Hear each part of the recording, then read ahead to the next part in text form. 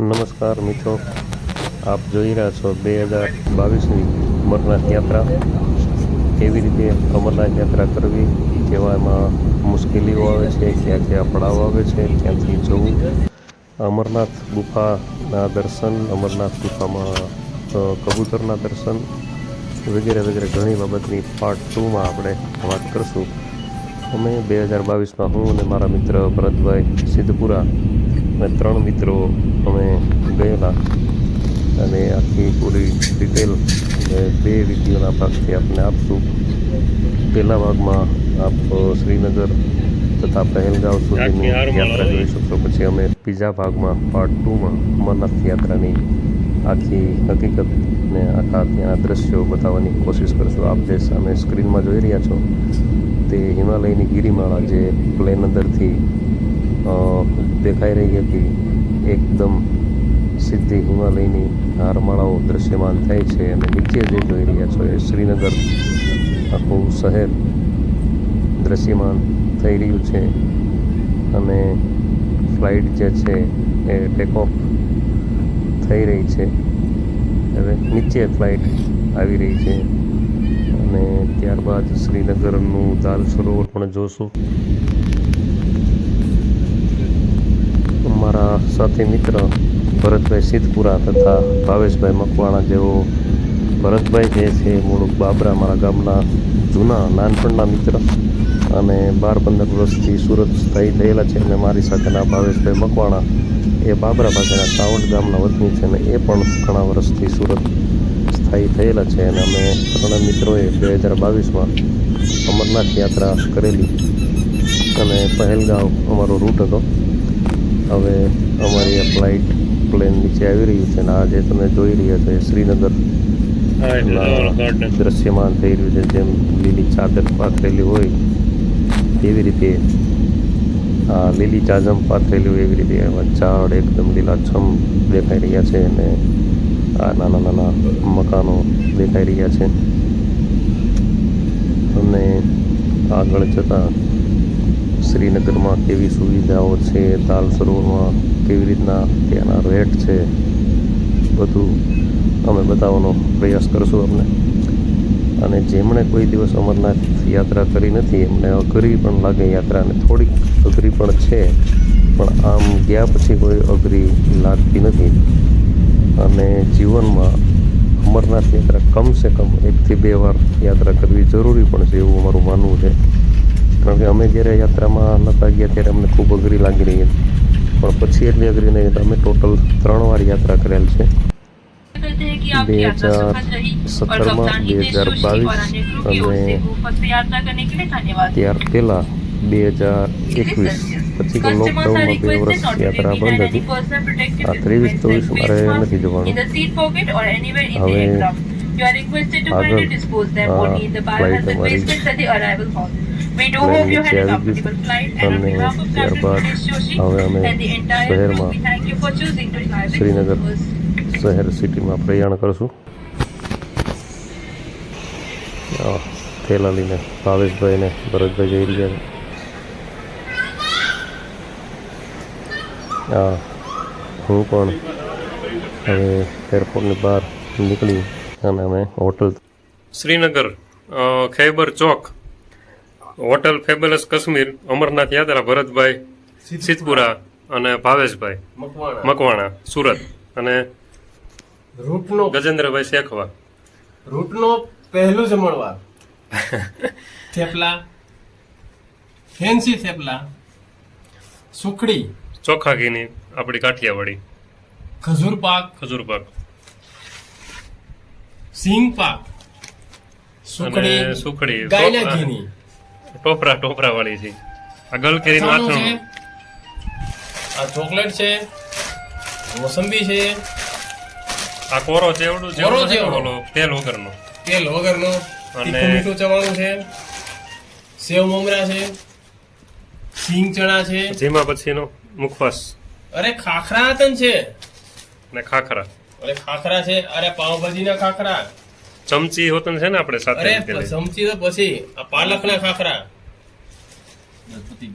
અરે મંચુરિયન ના ખાખરા. ક્યાં સુધી આવ્યું તમારું? અને આ છે આપણે કેરીની ગોટલીના જે એક જાતનો મુખવાસ છે, સુકાઈ ગયેલી કેરીની ગોટલીનો મુખવાસ. અને છાશ છાશના નથી, ગ્લાસ. છે. સુવિધા કરવાની છે. દહીં નથી પણ ચમચી છે. આ સૂંઠની ગોળીઓ બનાવી છે અને બધું ખાઈ લે એટલે મુખવાસ છે. Okay okay. નળ મૂકેલા જ છે. હિમાલયનું આવે છે ને પાણી, તો બસ આટલું છે, આપણે વધારે નથી. फ्रूट गार्डन है, लोटस गार्डन है, कॉफी शॉप है, फ्रूट अभी आपको हमने बोला तो आपने बोला था कि हम 8 पॉइंट दिखाएंगे और आप बोल रहे हैं कि हम 10 पॉइंट दिखाएगा कोई बात जी ये चीटिंग मत कीजिएगा आप, यार चीटिंग का पैसा बात ही पूरा ले लीजिए आप, जो बात बोली है. पूरे 8 पॉइंट. तो भैया हम अभी भी बोलते हैं 8 पॉइंट झील में कोई जगह नहीं है. तो कितने ये पॉइंट पता है, इसमें आएगा आपको 4 पॉइंट से लेकर आएगा. હા ભરતભાઈ છે ને એ શંકરાચાર્ય, હા શંકરાચાર્યનું છે.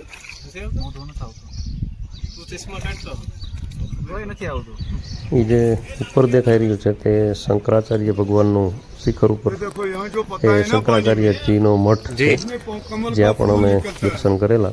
ये साइड से देखते हैं, बाकी 2018માં यहाँ लेक ही रोड જ્યારે है અમે सारा. અમરનાથ યાત્રામાં આવેલા ત્યારે એ દર્શનનો લાભ અમને મળેલો. कमल का फूल निकलता है इसमें. नाम क्या नाम? Water lily. Water lily.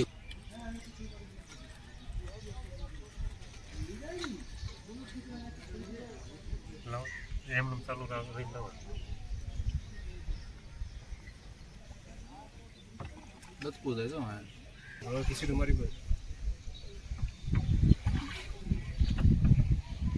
Turn મારવાનો હતો, મેં અહીંથી અધૂરો માર્યો હતો.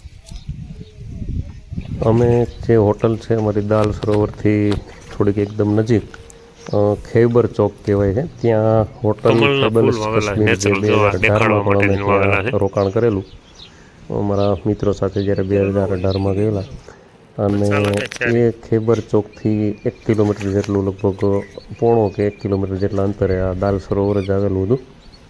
એટલે ત્યાં ચાલીને પછી આવી શકાય. અને પછી જે આ લોકો જે હોડીવાળા છે એ આખું દાલ સરોવરમાં શિકારા જેને કહેવામાં, શિકારામાં 1200-1500 રૂપિયાથી ભાડાની શરૂઆત કરે વાત કરવાની, તો પછી છેલ્લે અમને 200 રૂપિયામાં 1 કલાક સુધી 8 પોઈન્ટ બતાવવા માટેની વાત કરી.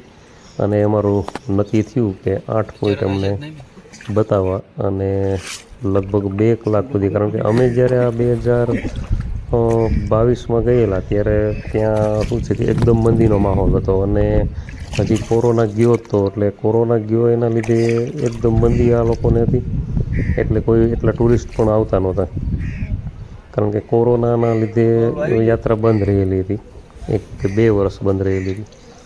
એટલે 200 રૂપિયા, માત્ર ને માત્ર 200 રૂપિયામાં અમને એ ચિકારાની અંદર 1.5 થી 2 કલાક આખું બોટિંગ કરાવ્યું.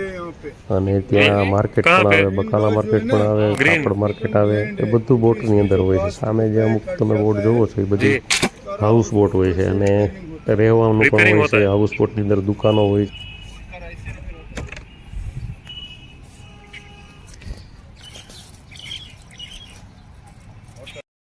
વાહ ડાઘા વાહ. જેવી રીતે આપણે 2 વ્હીલ લઈને ખરીદી કરવા જાય ને એવી રીતે આ લોકો જે બોટમાં પણ અમુક શાકભાજી વેચવાવાળા, શાકભાજી લેવાવાળા જતા હોય છે. तुम्हें बस बॉडी पेंट अन्य न्यूकून ना बस अटकर पुलिस दे रहा. अब चढ़ तो जाओगे. एक बिच्छू का आवाज. શ્રીનગરથી પહેલગાંવ જતી સમયે ટુકડો બસ મળતી હોય છે, અને આપણે ઝેલમ નદી પણ વચ્ચે આવતી હોય છે.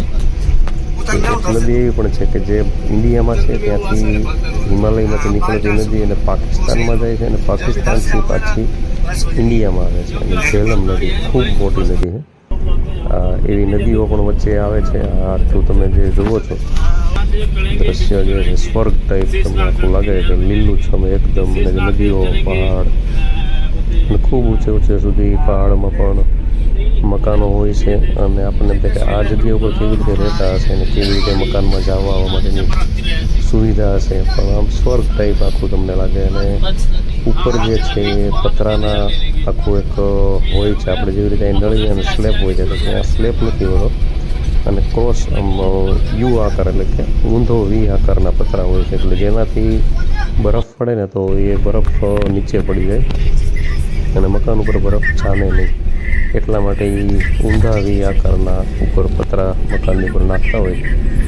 અને આ જે મોટા મોટા પહાડ લીલાછમ અને આ જે ઝાડ તમને પહાડ ઉપર દેખાય એ ઝાડ 5-5, 10-10 માળની બિલ્ડિંગ જેટલા 8-10 માળની જેવી રીતે બિલ્ડિંગ હોય ને એટલી ઊંચાઈ ઉપરના ઊંચા ઝાડ હોય છે.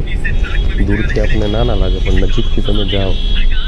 આ બસ છે, આ બસની અંદર અમે ગયા હતા અને શ્રીનગરથી પહેલગાંવના અલગ અલગ રેટ હોય છે. પ્રાઇવેટમાં બહુ મોંઘું પડે, પ્રાઇવેટ એક વ્યક્તિના 1000-1500 એવી રીતે લે અને બાકી બસની અંદર જાય તો 300-350 અને સાઇન બોર્ડવાળા તરફથી પણ ત્યાં એક સુવિધા હોય છે. આ જેવું તમે ભંડારા છે, જમવા માટેના ભંડારા, કેવી રીતની સુવિધા હોય છે, કેવું જમવાનું હોય છે, બધું તમને આમાં બતાવવાની કોશિશ કરશું. અને એક નિયમ ખાસ હોય છે કે જે ભંડારામાં વસ્તુ કોઈ પડતી નહીં મૂકવાની અને પૂરું જમી લેવાનું. આ જો ભંડારા, આ રીતના ભંડારા હોય છે અને ફૂલ સુવિધા હોય છે, જેવી રીતે કે હોટલની અંદર ટેબલ ખુરશી નાખેલા હોય એવી રીતે જો ત્યાં ભોલે બાબાના બધા ભજન ગીત વાગતા હોય. અને પાછા આપણે આવી ગયા રસ્તામાં પહેલગામ.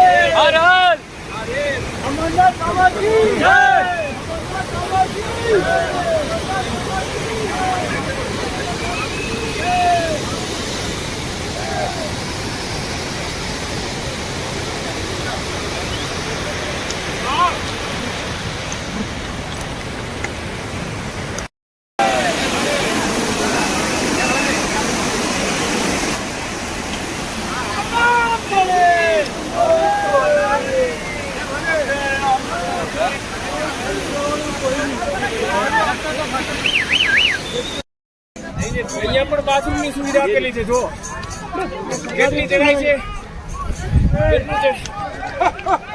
ચડાઈ કેટલી કરી બતાવો. એક જ મિનિટ. બાકી એ બતાવો. બાલતાલ, આપણે બાલતાલ નહીં પણ પહેલગામનું પહેલો પડાવ પીછુ ટોપ. પીછુ ટોપ આ પહાડીની પાછળ પણ એટલું ચડવાનું હતું, 20%. અને અત્યારે મારા ખ્યાલથી 40-50-60% જેટલું ચડી ગયા છે, 50-60%. આપ જોઈ રહ્યા છો આ ભાવેશભાઈ બે હમણાં લીધેલી હતી, ભરતભાઈ. અને હજી તમે જોઈ રહ્યા છો જે આ ઘોડાઓ દેખાય છે અને આમ જવાનું છે. વ્હાઈટ દેખાય તમને, વ્હાઈટ હજી ઝૂમ કરો. આ જે ટોચ રહી ને ઉપર, આ જે ઝાડ દેખાઈ રહ્યું છે ને આપણે, આ અહીંયા જવાનું.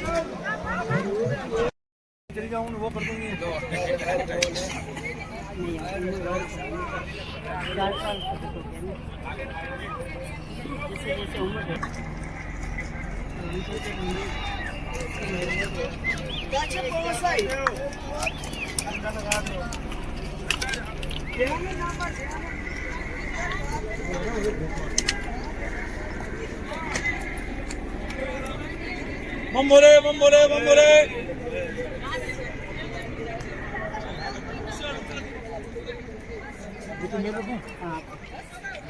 બોલે. બમ બોલે.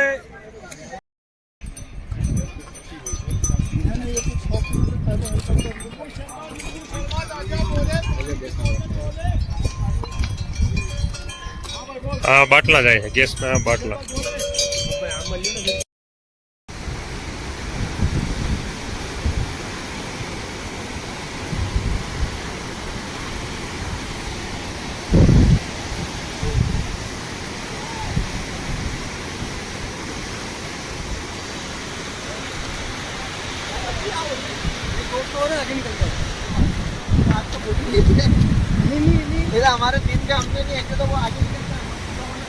તમારી પાસે કદાચ પાણી ન હોય ને આ યાત્રા દરમિયાન જે પહાડ ઉપરથી જે પાણી આવે છે ને એ તમે જે હિમાલયની જે બોટલ આવે છે ને એવું કહે છે કે વિરાટ કોહલી જે છે એ 250 રૂપિયાનું પાણીની બોટલ પીવે છે, એનાથી પણ શુદ્ધ અને વિશેષ આ પાણી હોય છે જે પહાડ ઉપરથી સીધું આવે ને તમે બોટલમાં લઈને પીવો પાણી, એટલે એની કોઈ વાત જવા જોઈએ, એટલું એ હેલ્ધી પાણી એટલું હોય છે. આ સાધુ સંતો જો યાત્રા કરે છે ખૂબ મોટી ઉંમરના પણ, અને રજિસ્ટર જ્યારે કરવાનું થાય તે રજિસ્ટર પંજાબ નેશનલ બેંક એમાંથી રજિસ્ટ્રેશન શરૂ થાય છે. જ્યારે અમરનાથ યાત્રા ચાલુ થવાની હોય તેના 2-2.5 મહિના પહેલાં રજિસ્ટ્રેશન શરૂ થાય છે. તેના માટે ડૉક્ટરી પણ કરવાનું આવે છે.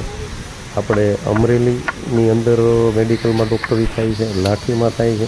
3 સેન્ટર આપેલા હોય છે.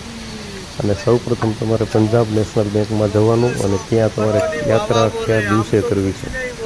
અમરનાથ યાત્રા ટોટલ 40 દિવસની હોય છે. 40 દિવસમાં આપ માનો કે પહેલાં એમાં રજિસ્ટ્રેશન કરાવવા જાઓ ત્યારે તમે એમ કહો મારે 10 તારીખે કરવી છે, તો 10 તારીખે જો રજિસ્ટ્રેશન ફૂલ થઈ ગયું હોય તો બીજા 5 દિવસ જવા દેવા આપણે 15 તારીખ જોવરાવવાની.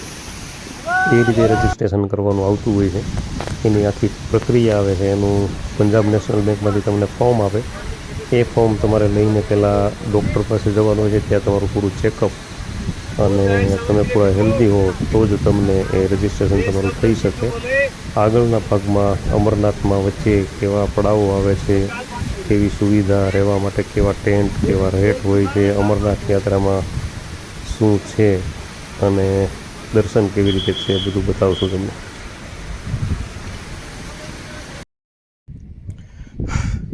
અમરનાથ યાત્રા, આ નારાયણ સરોવર, ઓક્સિજન ખૂબ ઓછું આવે છે અહીંયા. આ નજારો તમે જુઓ. અહીંયા મને ઘોડાની નાળ મળી. 40,000 જેટલા ઘોડાઓ આવે છે અત્યારે. રસ્તામાંથી ઘોડાની નાળ મળી છે કારણ કે હજારો ઘોડા અહીંથી અવર જવર કરતા હોય છે. એટલે 100% ચાલતા ઘોડામાંથી નીકળેલી નાળ છે, જે હું મારા ઠેલામાં રાખી દઉં. આ વિડીયો ખૂબ લાંબો થઈ જતો હોવાથી હવે પાર્ટ 2માં હું તમને અમરનાથ ગુફા, એમના દર્શન અને કબૂતરના દર્શન અમને કેવી રીતે થયા એ બધું અમે પાર્ટ 2માં હવે પછી તમને બતાવવાની કોશિશ કરીશ. શેષનાગ સરોવર અમરનાથ યાત્રા, બાબા બર્ફાની, જય ભોલેનાથ. અને આગળ કેમ્પ આવશે હમણાં 1.5-2 કિલોમીટર આગળ.